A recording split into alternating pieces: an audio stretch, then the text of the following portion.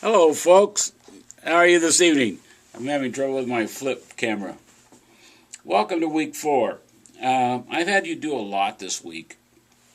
You've been peer reviewing already. Some of the things that I've asked you to do is I've asked you to read an article by Wiggins on Healthier Testing Made Easy, the idea of authentic assessment. Now that you've read it, in your discussion group, why don't you talk about what in the world does he mean by authentic assessment? And what's the difference between authentic assessment and performance assessment and alternative assessment? Remember, Macmillan makes a big difference between those three. So what does he mean?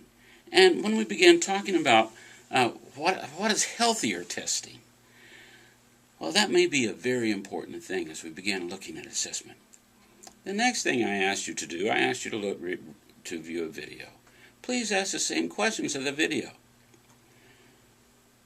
Probably the most important thing I've asked you to do this week, though, is begin the process of developing a performance task and rubric. This is the signature assignment for the class. Submit your project proposal for peer review on the Peer Review Wiki in week 5. Now remember, when you look at this, you've been involved in the peer review process, so use the same rubric that you're using for the papers. And remember, look at clarity. If you don't understand what the person is trying to do, ask them to be more clear. Look at precision, and look at accuracy and relevance. Is this assessment relevant? Right? And then look at breadth and depth, and when you begin looking at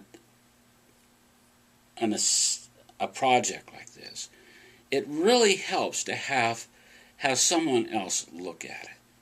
And as you've discovered through the peer review process, it's very important. Let me give you an example from my life. I delivered a couple papers at St. John's College at Oxford University a few years ago.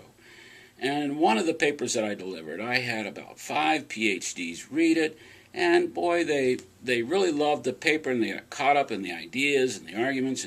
And I said, fine, it's ready. But for one last chance, I took it into my class, and I asked my class to read it for me. And after the class, a student came up, and he was very tentative, and he said, listen, Dr. Hale, I've got to point something out to you. And I said, sure. Well, in the paper, I had spelled philosophical principle P-A-L instead of P-L-E.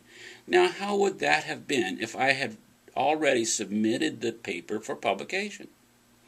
So, peer review is extremely important, and not only allows you to share ideas, but allows you to have someone proofread your stuff, and you can never have too many eyes on something.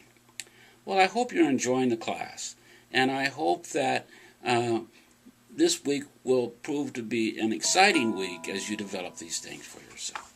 Thanks for taking the class again. Bye-bye.